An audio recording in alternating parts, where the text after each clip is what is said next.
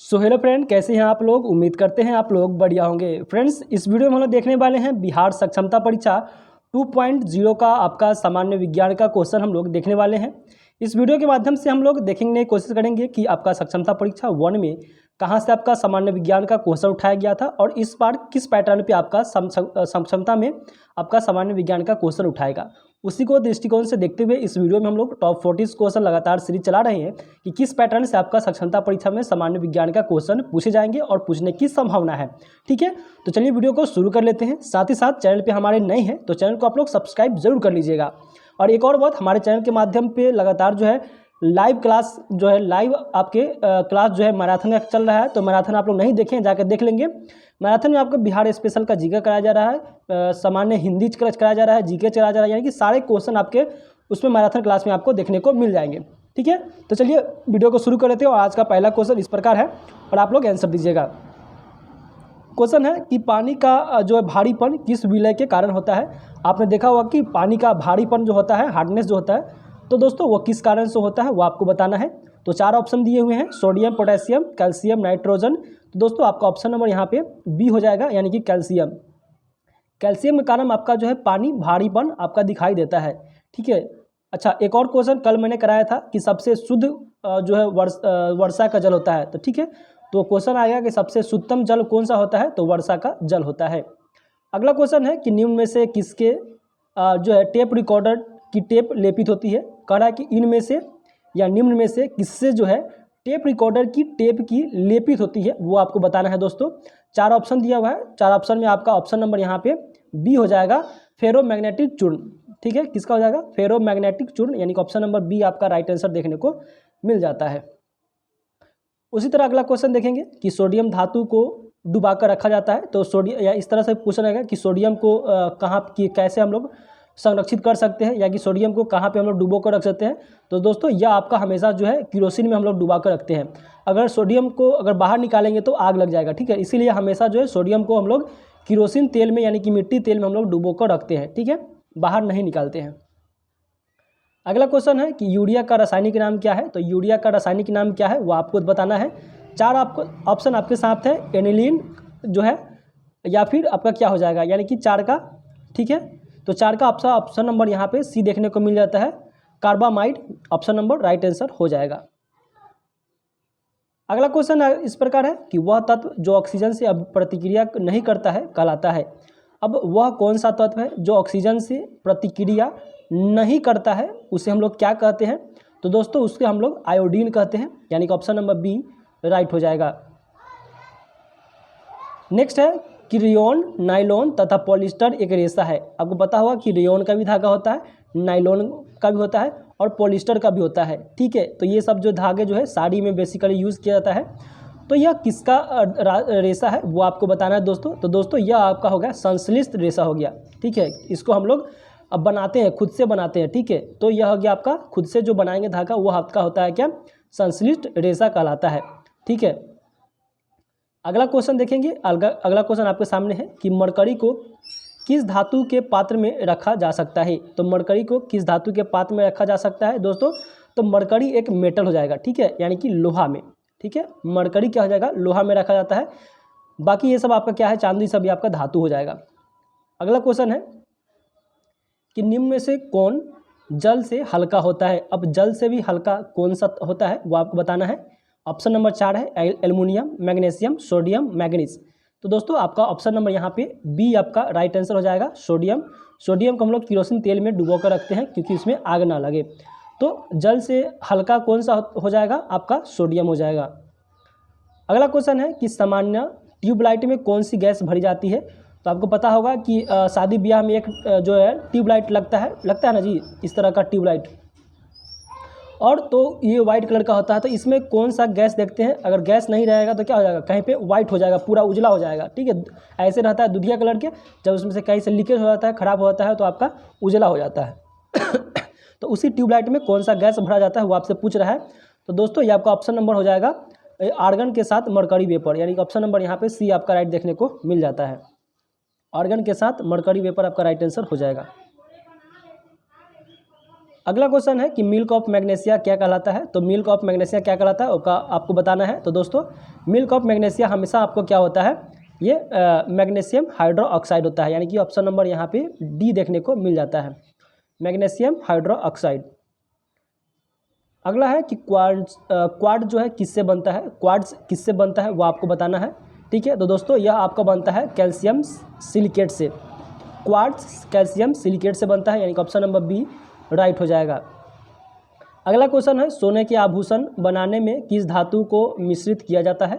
तो दोस्तों सोने के आभूषण को बनाने में किस धातु का मिश्रण किया जाता है वो आपका हो जाएगा ऑप्शन नंबर डी हो जाएगा, यानी कि कॉपर हो जाएगा। ठीक है, अगला क्वेश्चन है कि पोर्टलैंड सीमेंट का आविष्कार किसने किया था। पोर्टलैंड सीमेंट होता है, ठीक है, तो वह पोर्टलैंड सीमेंट जो है उसका आविष्कार किसने किया था दोस्तों। तो जोसेफ एस्पीडी ने किया था। किसने किया था आपका दोस्तों, जोसेफ एस्पेडिन। ठीक है, याद कर लीजिएगा कि पोर्टलैंड सीमेंट का आविष्कार जोसेफ एस्पीडन ने आपका किया था। ठीक है, चलिए अगला क्वेश्चन 14 नंबर देखते हैं। 14 का आप लोग आंसर बताइएगा। 14 नंबर आपका क्या हो जाएगा। क्वेश्चन है कि सबसे भारी तत्व कौन सा है। तो दोस्तों सबसे भारी तत्व आपका ओस्मियम हो जाएगा। क्वेश्चन कराया हुआ है, रिपीटेड क्वेश्चन है। रिपीटेड इसलिए क्वेश्चन आ जा रहा है क्योंकि आपको लगातार जो है ध्यान में रहेगा। अगला क्वेश्चन है कि प्याज एवं लहसुन में गंध किसके कारण होता है। प्याज में और लहसुन में जो गंध आता है वो किसके कारण होता है दोस्तों, वो आपको बताना है। तो दोस्तों यह आपका पोटेशियम के कारण होता है, यानी कि 15 का बी हो जाएगा। किसके कारण, पोटेशियम के कारण, यानी कि लहसुन और प्याज में आपका पोटेशियम होता है, जिसके कारण आपका जो है उसका गंध यानी कि स्मेल दिखाई देता है। अगला क्वेश्चन है कि हाइड्रोकार्बन का प्राकृतिक स्रोत क्या है। तो हाइड्रोकार्बन का प्राकृतिक स्रोत क्या है दोस्तों, वो आपको बताना है। तो कच्चा तेल हो जाएगा। क्या हो जाएगा आपका, कच्चा तेल हो जाएगा, यानी कि ऑप्शन नंबर ए राइट हो जाएगा। उसी तरह नेक्स्ट क्वेश्चन देखेंगे कि किस गैस का प्रयोग सिगरेट लाइटर में किया जाता है। आपको पता होगा कि सिगरेट का एक लाइटर होता है जिसको जलाने से उसमें से आपका जो आग निकलता है, तो उस लाइटर में कौन सी गैस भरी जाती है वो आपको बताना है। तो दोस्तों यह आपका ब्यूटेन हो जाएगा। किसमें, उसमें ब्यूटेन गैस भरी जाती है। अगला क्वेश्चन है कि सिरका किसका जलीय विलयन है। तो सिरका दोस्तों किसका जलीय विलयन है वो आपको बताना है। तो दोस्तों इसका ऑप्शन हो जाएगा एसिटिक अम्ल, यानी कि राइट आंसर हो जाएगा ऑप्शन नंबर डी।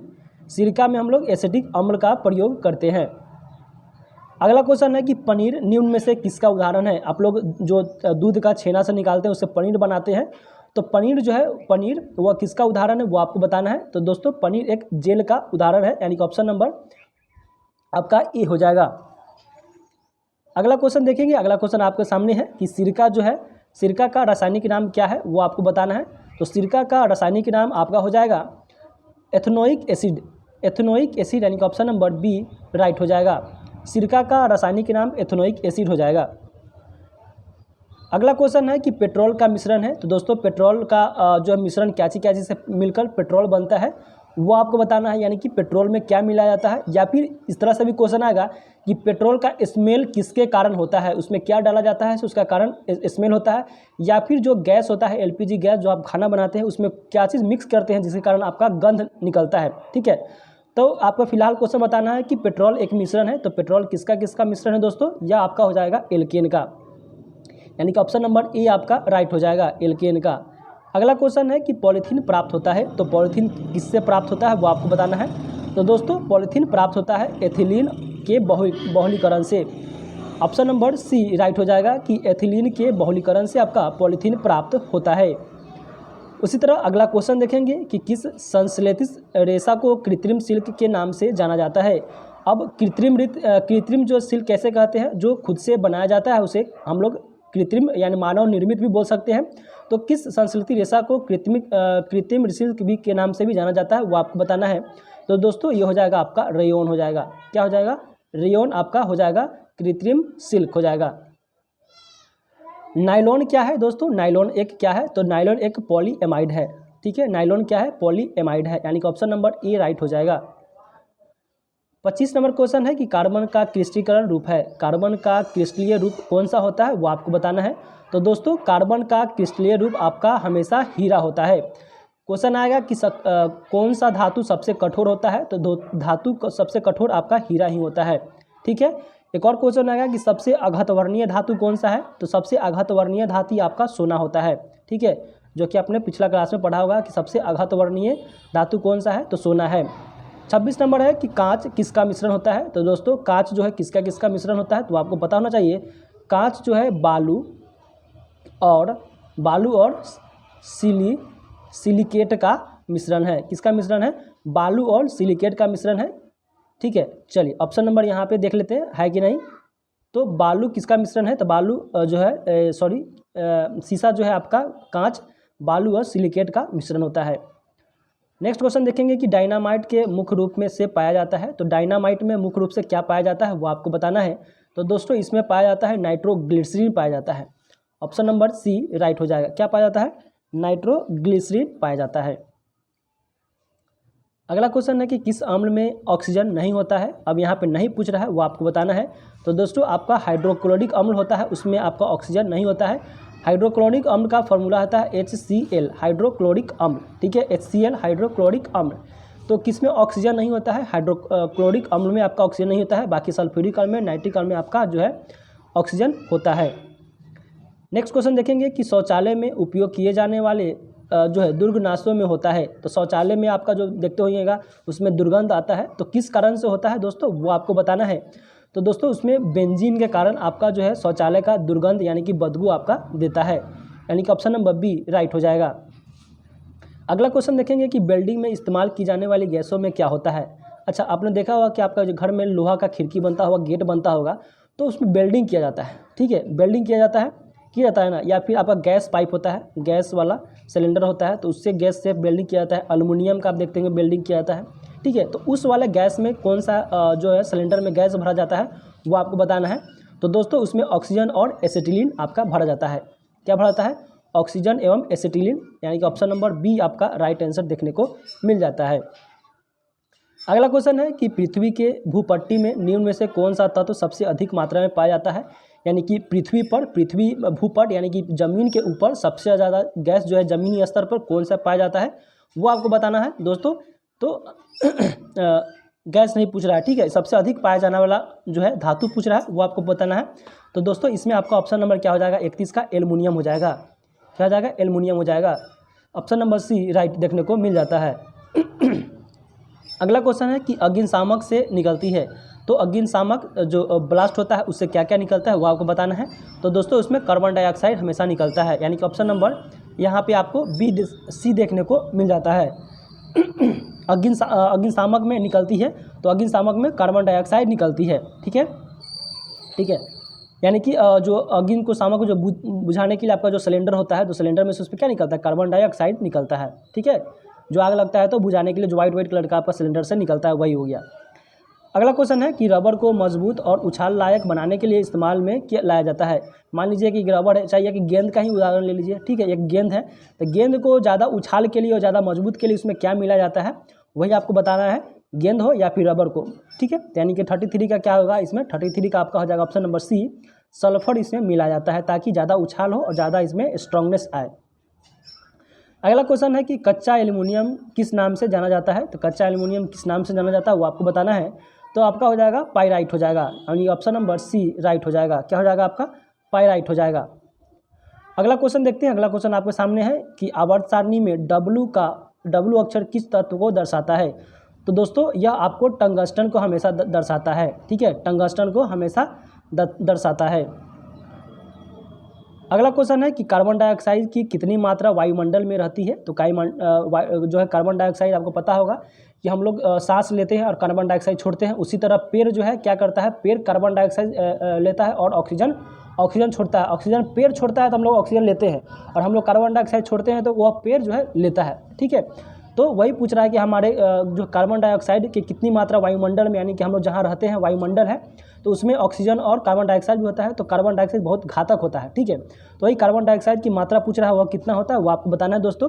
तो दोस्तों इसका परसेंटेज होता है 0.03%। ठीक है, अच्छा, कार्बन डाइऑक्साइड बढ़ जाने से आपका गर्मी भी ज़्यादा हो लगता है, ठीक है। घर में आपका देखते हुए कि ज़्यादा गर्मी कारण होता है तो कार्बन डाइऑक्साइड का बढ़ जाना, ठीक है। यानी कोई भी आपका घर में आपका एयर पास नहीं करेगा या फिर ज़्यादा आपके घर में आदमी होंगे तो क्या करेगा, कार्बन डाइऑक्साइड ज़्यादा उत्पन्न होगा, जिसके कारण आपका गर्मी लगेगा। तो क्वेश्चन भी आएगा कि ज़्यादा गर्मी उत्पन्न के लिए कौन सा गैस हानिकारक होता है, ठीक है। तो कार्बन डाइऑक्साइड आपका राइट आंसर देखने को मिल जाता है। लास्ट क्वेश्चन है कि परमाणु का द्रव्यमान व्यक्ति का कितना होता है। तो परमाणु का द्रव्यमान जो है व्यक्ति का कितना होता है वो आपको बताना है दोस्तों। तो दोस्तों ये आपका ऑप्शन नंबर सी हो जाएगा कि AMUK, ठीक है, AMUK, ठीक है, व्यक्त किया जाता है, यानी कि परमाणु का द्रव्यमान व्यक्त किया जाता है AMUK में, यानी कि ऑप्शन नंबर सी आपका राइट आंसर देखने को मिल जाता है। तो आप लोग कमेंट करके जरूर बताइएगा कि आपका जो है कितना क्वेश्चन सही हुआ है। साथ ही साथ अगर हमारे चैनल पे आज पहली बार वीडियोज़ को देख रहे हैं तो चैनल को आप लोग सब्सक्राइब जरूर कर लीजिएगा और सब्सक्राइब करने के बाद बेल आइकन को आप लोग ऑन कर लीजिएगा। एक और महत्वपूर्ण सूचना कि आप लोग लाइव हमारे चैनल पे जाएंगे, लाइव वाले चैनल लाइव और सेक्शन का होगा, ठीक है। तो लाइव वाले सेक्शन में जाके आप मैराथन क्लास टोटल देख लेंगे, उसमें से आपका बहुत ज़्यादा क्वेश्चन जो है एग्जाम्स में पूछे जाने की संभावना है और 100% आपका जो है पूछा ही जाएगा कम से कम, ठीक है। और आपका प्रीवियस ईयर के जितना भी क्वेश्चन पूछे गए थे सारे उस मैराथन में आपका समाहित किया गया है। मैं जितना भी क्वेश्चन करा रहा हूँ सारे प्रीवियस ईयर के क्वेश्चन को देखकर ही आपका जो है क्वेश्चन कराया जा रहा है, ठीक है। चलिए मिलते हैं किसी और वीडियो में, तब तक के लिए इजाज़त दीजिए, धन्यवाद।